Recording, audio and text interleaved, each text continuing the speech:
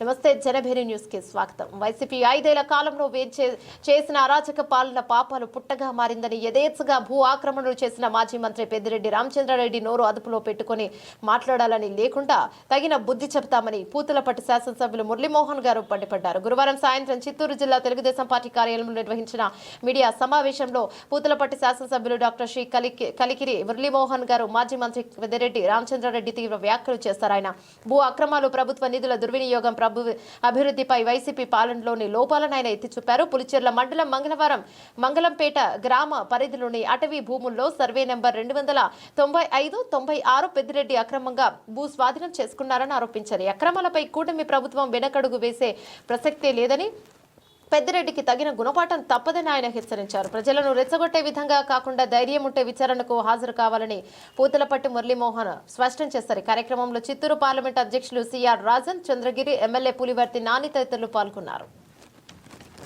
పాత్రికేయ మిత్రులందరికీ పేరు పేరున నమస్కారం. ఈరోజు రాష్ట్రంలో అభివృద్ధిని ఎంత వేగవంతంగా తీసుకెళ్లాలన్నా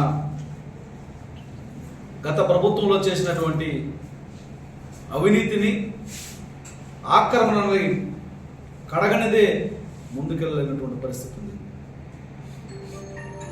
అరాచకంగా చేసినటువంటి ఆ పాలన యొక్క ప్రతిఫలాలు పాపాల పుట్టై వెక్కిరిస్తున్నటువంటి తరుణంలో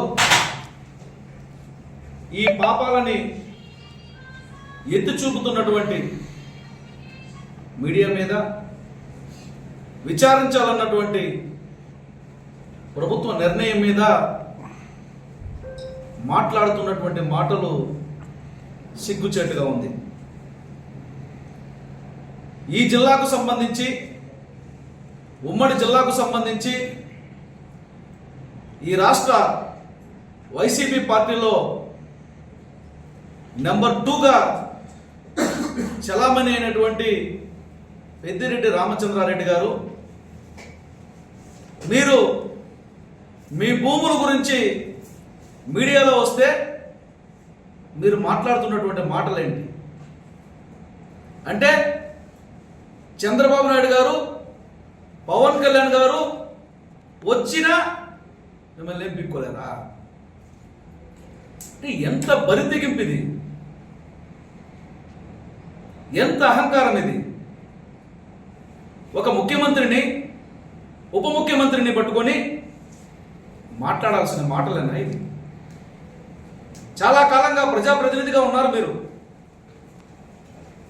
భూములకు సంబంధించి, అక్రమాలకు సంబంధించి ఒక ప్రశ్న ఉత్పన్నమైనప్పుడు వాటికి సమాధానం చెప్పాలి. నువ్వు ఆక్రమించావా లేదా అని మాట్లాడాలి. వాటిని వదిలిపెట్టేసి మునిగిపోతున్నటువంటి పడవలో ఉన్నటువంటి నాయకులకి ఏదో కలలో కబుర్లు చెప్పినట్టుగా వైసీపీ నాయకులు రెచ్చగొట్టే ప్రయత్నం చేస్తున్నారు. నేను అడుగుతున్నా, పులిచెర్ల మండలం మంగళంపేట గ్రామ పరిధిలోని అటవీ భూముల్లో సర్వే నంబర్ 295-296లో 1981 నుంచి మేము కొన్నాము, మా అధీనంలో ఉంది అన్నారు. మరి 1989 నుంచి కూడా నువ్వు ప్రత్యక్ష రాజకీయాల్లో ఉన్నావు. మరి అఫిడవిట్లో ఆ భూములు పొందుపరిచావా? నీ అఫిడవిట్ లెక్కలు ఆ భూములు చూపించావా?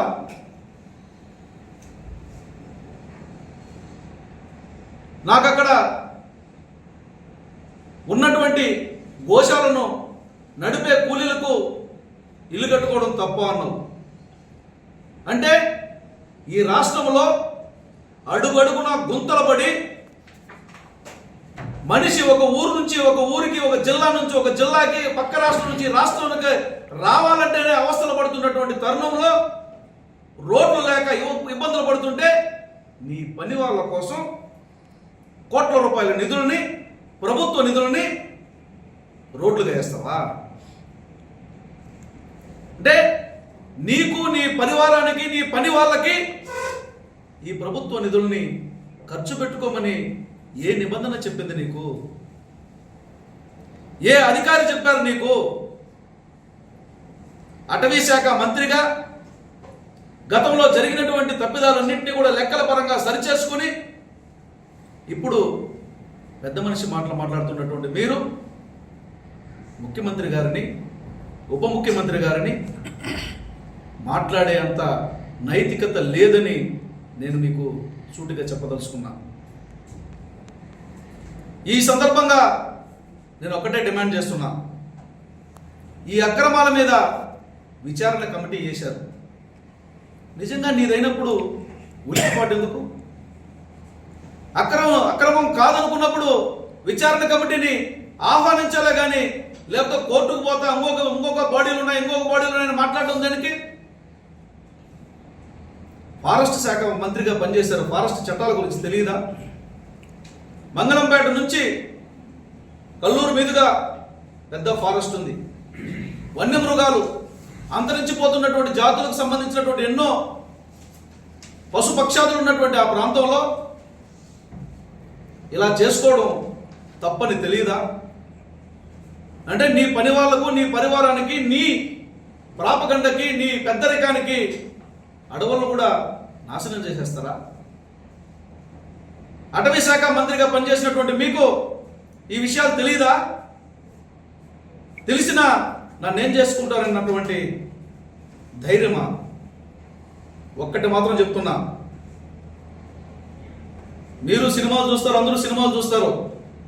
మీరు చెప్తున్నారు నేను ఎక్కడైనా నన్ను దేనికైనా రెడీ, ఎవరు వస్తారు రమ్మనని. సినిమా 14 రీలు ఉంటుంది, 12 రీల్ దాకా విలన్స్ ఇదే మోడ్లో ఉంటారు. 12 రీళ్ళు అయిపోయినాయి, 13 రీల్ స్టార్ట్ అయింది, 14 రీల్కి ఎండ్ అవుతుంది. అక్రమాలు ఏవి దాగవు. ప్రజలు అక్రమాలు భరించరు. ప్రభుత్వం, మరీ ముఖ్యంగా ఈ కూటమి ప్రభుత్వం, గౌరవ ముఖ్యమంత్రి నారా చంద్రబాబు నాయుడు గారి నేతృత్వంలో, గౌరవ ప్రధాని నరేంద్ర మోదీ గారి ఆశీర్వాదంతో, ఉప ముఖ్యమంత్రి పవన్ కళ్యాణ్ గారి సహకారంతో అక్రమాలను నిగ్గుదేల్చడంలో ఎక్కడ వెనకంజ వేయబోరు.